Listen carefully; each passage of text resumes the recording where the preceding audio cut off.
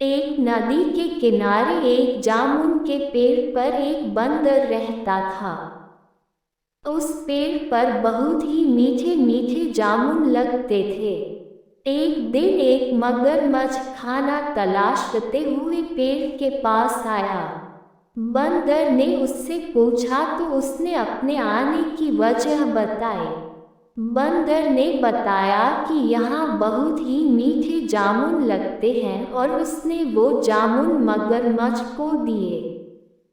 उसकी मित्रता नदी में रहने वाले मगरमच्छ के साथ हो गई। वह बंदर उस मगरमच्छ को रोज खाने के लिए जामुन देता रहता था। एक दिन उस मगरमच्छ ने कुछ जामुन अपनी पत्नी को भी खिलाए। स्वादिष्ट जामुन खाने के बाद उसने ये सोचकर कि रोजाना ऐसे मीठे फल खाने वाले का दिल भी खूब मीठा होगा, उसने अपने पति से कहा कि उसे उस बंदर का दिल चाहिए और वो इसी जिद पर अड़ गई। उसने बीमारी का बहाना बनाया और कहा कि जब तक बंदर का कलेजा उसे नहीं मिलेगा वो कुछ भी नहीं खाएगी।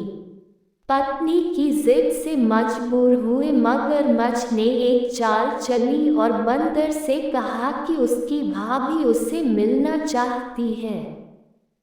बंदर ने कहा कि वो भला नदी में कैसे जाएगा। मगरमच्छ ने उपाय सुझाया कि वह उसकी पीठ पर बैठ जाए ताकि सुरक्षित उसके घर पहुंच जाए। बंदर भी अपने मित्र की बात का भरोसा कर पेड़ से नदी में कूदा और उसकी पीठ पर सवार हो गया। जब वे नदी के बीचों बीच पहुंचे, मगरमच्छ ने सोचा कि अब बंदर को सही बात बताने में कोई हानि नहीं और उसने भेद खोल दिया कि उसकी पत्नी उसका दिल खाना चाहती है। बंदर का दिल टूट गया।